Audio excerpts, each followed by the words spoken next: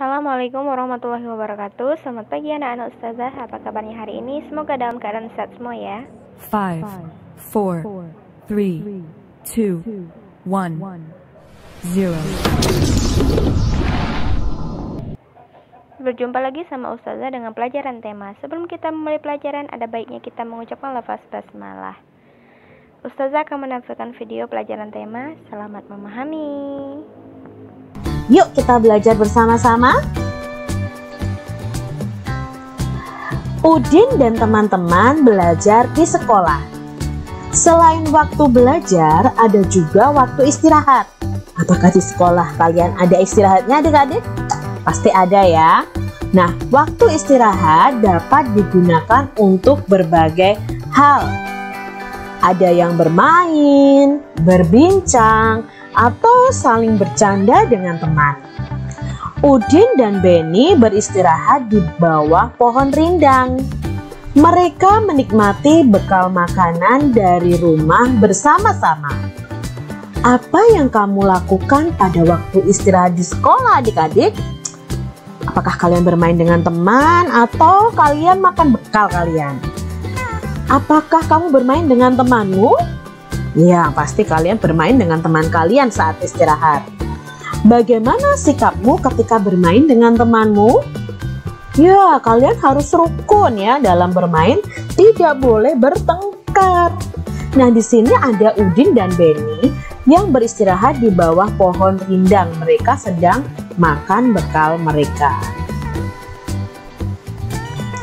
Bekal makanan yang dibawa Udin disiapkan oleh ibu. Ibu menyuruh Udin untuk berbagi dengan teman di sekolah. Nah, di sini ada percakapan antara ibu dan Udin. Jadi ibu menyiapkan bekal untuk Udin dan menyuruh Udin untuk berbagi dengan teman di sekolah. Yuk kita baca yuk. Bagilah bekalmu dengan teman-teman ya Din. Itu kata ibu Udin. Baik Bu, mengapa kita sebaiknya berbagi dengan teman Bu? Tanya Udin. Berbagi menunjukkan sikap rukun. Bawalah tempat bekalmu kembali ya. Itu jawab ibu Udin. Nah, di sini Udin disuruh untuk membagi bekalnya kepada teman-temannya. Dalam percakapan tadi ada kalimat perintah. Nah, di subtema 3 ini kita belajar tentang kalimat perintah. Kalau di subtema 2 kita belajar tentang kalimat ajakan. Kalimat perintah itu artinya apa ya? Kalimat perintah adalah kalimat yang digunakan untuk memerintah orang lain melakukan sesuatu untuk kita. Jadi kalimat perintah itu kalimat yang digunakan untuk memerintah orang lain melakukan sesuatu untuk diri kita adik-adik.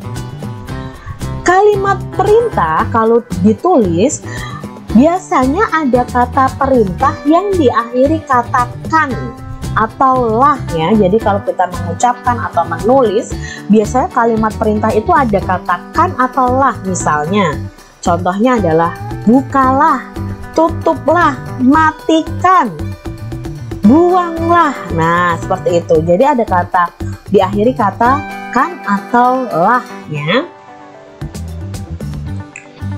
Jika kita menulis kalimat perintah harus diakhiri tanda seru. Ya, bukan hanya kalimat ajakan, tetapi ketika kita menulis kalimat perintah juga harus diakhiri tanda seru. Mengucapkan kalimat perintah harus dengan sopan. Bisa juga dilengkapi dengan kata tolong. Jadi misalnya nih adik-adik, tolong bukakan pintu itu. Itu sopan adik-adik, jangan sambil membentak, hei bukakan pintu itu. Nah, itu tidak sopan adik-adik. Jadi saat kita mengucapkan kalimat perintah harus dengan sopan dan bisa dilengkapi dengan kata tolong. Contoh kalimat perintah di sini. Bacalah buku itu. Kalau ditulis harus diakhiri tanda seru. Tolong ambilkan boneka itu. Matikan lampu itu. Tolong tutup pintu itu, Rini. Bukalah bekalmu itu, Doni. Nah, ini adalah contoh dari kalimat perintah. Nah, sekarang coba buatlah kalimat perintah dengan kata-kata berikutnya, adik-adik. Coba buat kalimat perintahnya dengan kata bawakan. Bawakan tas itu. Nah, bisa ya. Tutuplah pintu itu. Jagalah kebersihan. Matikan kompornya bisa. Sapukan ruangan kelas. Makanlah coklat itu. Ingat, kalau kita mengucapkannya tidak diakhiri tanda seru, langsung kita bilang makanlah coklat itu, tanda seru. Bukan seperti itu, adik-adik. Ketika kita menulisnya baru diakhiri tanda seru. Kerjakan PR-mu. Bukakan pintu itu. Buangkan sampah itu. Adik-adik bisa membuat kalimat perintah yang lain ya, adik-adik ya, dari kata perintah berikut. Bacalah kalimat perintah di bawah ini. Lengkapilah kalimat berikut menjadi kalimat perintah. Nah, di sini Kak Cita punya 5 soal. Yang pertama, titik-titik ke kelas setelah bel berbunyi. Kira-kira kalimat perintahnya apa ya? Titik-titik ke kelas setelah bel berbunyi. Ya, masuklah ke kelas setelah bel berbunyi. Yang kedua, titik-titik kebersihan kelas. Oke, jagalah kebersihan kelas ya, kalimat perintahnya. Yang ketiga, titik-titik pintu setelah masuk ke dalam ruangan. Tutuplah. Yang keempat, titik-titik buku-buku dirak agar terlihat rapi. Ya, tatalah atau rapikan, bisa ya adik-adik ya. Yang kelima, titik-titik sampah pada tempatnya. Buanglah sampah pada tempatnya. Diakhiri tanda seru, karena di sini kita menuliskannya harus diakhiri tanda seru. Di kelas, para siswa sedang belajar menggambar. Udin, Edo, dan Siti menggambar dengan alat yang berbeda. Nah, di sini Udin menggambarnya menggunakan pensil warna. Edo menggunakan spidol, sedangkan Siti menggunakan krayon. Kak, apakah ada bedanya mewarnai dengan pensil warna, spidol, dan krayon? Tentu ada, adik-adik. Nah, teman-teman coba kalian ambil krayon, adik-adik ambil krayon, pensil warna, dan spidol. Lalu buatlah goresan dengan alat warna tersebut. Lalu amati adik-adik, apakah ada perbedaannya? Pasti ada adik-adik. Nah, perbedaannya adalah ini hasilnya kalau kita mewarnai dengan krayon. Jadi hasilnya nanti akan tebal tapi kasar. Jadi kalau kita mewarnai krayon itu harus dihaluskan dengan penghalusnya. Jadi ada alat khusus yang bisa menghaluskan saat kita mewarnai dengan krayon. Tapi hasil awalnya itu memang tebal dan kasar. Kalau kita mewarnai dengan spidol, maka hasilnya akan tebal dan halus. Ya, adik-adik, kalau kalian mewarnai gambar kalian dengan spidol, itu hasilnya tebal dan cenderung basah. Jadi kita harus diamkan beberapa saat dahulu. Lalu hasilnya juga halus. Ini contoh gambar yang diwarnai dengan spidol. Kalau kita mewarnai dengan pensil warna, maka hasilnya akan tipis dan halus. Jadi tidak setebal spidol dan krayon. Di sini hasilnya tipis ya, tidak terlalu terlihat. dan halus. Jadi kalian harus tahu bagaimana hasil kalau mewarnai pakai spidol, krayon, dan pensil warna. Tadi Udin dan Edo serta Siti mewarnai sesuai dengan alat warna yang mereka gunakan. Nah, kita tentukan dulu hasilnya. Di sini Udin memakai pensil warna. Kira-kira Udin hasil warnanya yang mana? Ya, yang gambar rumah atau sekolah ini. Lalu Edo memakai spidol. Ya, yang gambar pohon. Siti memakai krayon yang hasilnya tebal dan kasar, maka gambar yang ini. Jadi ini sudah kita pasangkan sesuai dengan hasil gambar yang sesuai. Siswa di sekolah Udin cukup banyak. Ada 122 siswa laki-laki dan 117 siswa perempuan. Jumlah siswa di sekolah Udin seluruhnya adalah titik-titik. Nah, berarti kita di sini akan menjumlahkan jumlah siswa laki-laki dan jumlah siswa perempuan. Dalam penjumlahan itu bisa dikerjakan dengan dua cara, yaitu cara panjang dan cara pendek. Nah, cara panjangnya seperti ini adik-adik. Jadi 122 itu kita ubah dalam bentuk panjang terlebih dahulu, yaitu 100 ditambah 20 ditambah 2. Lalu 117 kita ubah juga dalam bentuk panjang, yaitu 110 ditambah 7. Nah, baru kita jumlahkan di situ. Nah, penjumlahannya dari satuan, bukan dari ratusan adik-adik. Jadi 2 ditambah 7 9. Lalu kita ke depan lagi, 0 tambah 0 0, 2 tambah 1 3. Lalu 0 tambah 0 0, 0 tambah 0 0, 1 tambah 1 2. Berarti ketemu 200 ditambah 30 ditambah 9. Lalu kita jadikan 239-nya sama dengan 239.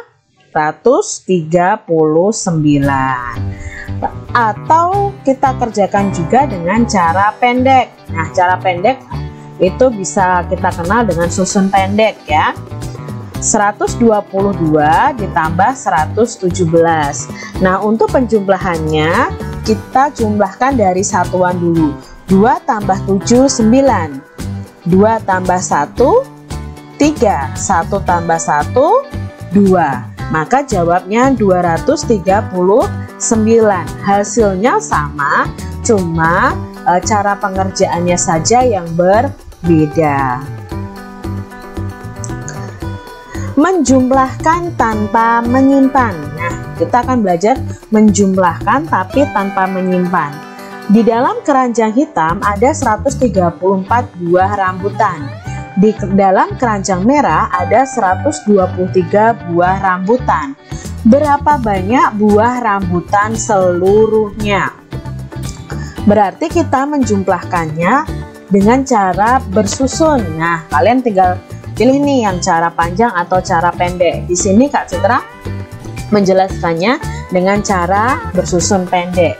Nah, kita awali dari angka satuan dulu yang kita jumlahkan. 4 ditambah 3 itu sama dengan 7. Lalu kita letakkan di bawah sini ya. Berikutnya puluhan kita jumlahkan. 3 tambah 2 5. 1 tambah 1 ada 2. Berarti hasilnya adalah 257. Jadi diingat ya adik-adik ya, tambahkan angka satuan dengan satuan, puluhan dengan puluhan, ratusan dengan ratusan. Jadi banyak buah rambutan seluruhnya ada 257. Nah, ini contoh lain adik-adik ya. Jadi dari satuannya terlebih dahulu. 6 tambah 0 6, 5 tambah 1 6, 2 tambah 1 3. Ini juga contoh berikutnya. Sekarang kita coba kerjakan bersama. Kak Citra punya soal di sini ya, penjumlahan dari 3 bilangan ditambah 2 bilangan. Nah, kalian harus benar dalam menulis saat kita menyusunnya ke bawah. Jadi satuan dengan satuan, puluhan dengan puluhan. 9 ditambah 0 sama dengan, ya 9 tambah 0 itu 9. Lalu 5 ditambah 4, ya 5 ditambah 4 9. Lalu 2 ditambah, tidak ada ya, di situ ada kosong, berarti ratusannya 2. Jadi jumlahnya 299. Coba lagi adik-adik. 7 ditambah 1 8. Lalu puluhannya kita jumlahkan. 7 tambah 2 9. 1 tambah 2 3. Berarti jumlahnya adalah 398. Siswa di sekolah Udin cukup banyak. Nah, ini jumlah siswanya berbeda adik-adik. Ada 125 siswa laki-laki dan 117 siswa perempuan. Jumlah siswa di sekolah Udin seluruhnya adalah, nah tadi bisa dikerjakan dengan cara panjang dan cara pendek. Cara panjangnya kita ubah dulu semuanya. 125 sama dengan 100 tambah 20 tambah 5. 117 sama dengan 100 tambah 10 tambah 7. Kita jumlahkan dari satuan. Nah, 5 ditambah 7 itu 12. Nanti kita tulis dulu 12. Lalu 20 tambah 10 itu 30. 100 ditambah 100 itu 200. Nah, kita tulis dulu seperti ini adik-adik. Nah, karena di sini ada angka puluhan dan satuan, yaitu di angka 12, maka kita pisahkan dulu antara satuan dan puluhannya. Jadi seperti ini, 200 ditambah 30 ditambah 10, lalu ditambah 2. Setelah itu puluhan baru kita jumlahkan dengan puluhannya, ya. 30 tambah 10 itu sama dengan 40, berarti 200 ditambah 40 ditambah 2 sama dengan 242. Itu kalau mengerjakannya dengan cara panjang. Kalau dengan cara pendek, sama seperti tadi, 5 ditambah 7 terlebih dahulu. 5 ditambah 7 sama dengan 12. Maka kita tulis dulu angka 2 di sini di bawahnya, lalu kita simpan 1 di depannya, karena 12 itu terdiri dari satuan dan puluhan. Jadi 2 ditambah ke depannya 1. Jadi jawabnya 242. Kita lihat contoh soal berikutnya. 267 ditambah 129. Kita kerjakan dengan cara panjang. 267 berarti terdiri dari 200 ditambah 60 ditambah 7. 129 sama dengan 100 ditambah 20 ditambah 9. Lalu kita jumlahkan dari satuan. 7 ditambah 9. Nah, kalian bisa berpikir begini. 7 ditaruh di pikiran kalian. Lalu kalian buka jari kalian sebanyak 9. Baru kalian hitung setelah angka 7, hitung jari kalian. Jadi 7, 8, 9, 10, 11, 12, 13, 14, 15, 16. Sekarang 60 ditambah 20, ya. 0 tambah 0, 0. 6 tambah 2, 8. Jadi 60 tambah 20 adalah 80. 200 ditambah 100 sama dengan 300. Nah, di sini ada puluhan dan satuan lagi nih. Nah, kita jumlahkan. Di sini sama dengan kan 16. Lalu kita pisahkan dulu antara puluhan dan satuan. Maka hasilnya seperti ini. 6 ditambah 10 dari 16 ya. Lalu ditambah 80 ke depannya baru 300. Nah, kita jumlahkan adik-adik. Dari belakang satuannya 6. Sekarang puluhannya 80 tambah 10. Ya, 90. Lalu ratusannya masih tetap yaitu 300. Baru kita gabungkan 396. Jika ditulis seperti ini hasilnya. Nah, Kak Cira punya contoh lagi supaya kalian lebih paham. 185 ditambah 234. Maka jika dibuat dengan cara panjang, itu 100 ditambah 80 ditambah 5. 234. Kalau dibuat panjang, 200 tambah 30 tambah 4. Kita jumlahkan dari belakang. Ya, 5 tambah 4 sama dengan 9. Lalu 80 ditambah 30. 0 ditambah 0, 0. 8 ditambah 3, 11. Berarti 110. Ratusannya kita jumlahkan juga. Ya, ratusannya sama dengan 300. Nah, di sini yang harus kalian perhatikan adalah angka 110 ini. Ada angka ratusan dan ada angka puluhan. Maka kita harus memecahkannya terlebih dahulu. Jadi satuannya tetap 9, 110-nya ini kita pecah jadi ratusan dan puluhan. Berarti 10 ditambah 100 ya. Jadi kita pecah dulu baru ditambahkan 300. Sama-sama ratusan nanti kita jumlahkan. Kita tulis satuannya dulu 9, puluhannya 10. Sekarang 300 ditambah 100. Ya, 400. Maka 400 ditambah 10 ditambah 9, jawabnya 419. Itu cara panjangnya. Sekarang kita latihan untuk cara pendeknya. 475 ditambah 254. 5 ditambah 4 sama dengan 9 ya. Kalian hitung 5 ditambah 4 sama dengan 9. Lalu 7 ditambah 5 berapa adik-adik? 7 ditambah 5 itu 12. Tidak kita tulis 12, tapi kita lihat angka paling akhirnya yaitu 2. Kita tulis dulu angka 2. Lalu satunya di mana, Kak? Satunya diberikan di angka depannya, diletakkan di atasnya seperti ini ya. Tadi kan 12. Kita tulis dulu 2, lalu menyimpan 1. 1 ditambah 4 ya, 1 ditambah 4 sama dengan 5. 5 ditambah 2 sama dengan 7. Soal berikutnya, 636 ditambah 182. Kita jumlahkan dari satuannya terlebih dahulu. 6 tambah 2. 6 tambah 2 adalah 8, kita tuliskan. Lalu puluhannya 3 ditambah 8. 3 ditambah 8 ada berapa adik-adik? Ya, 11. Apakah kita langsung tulis 11?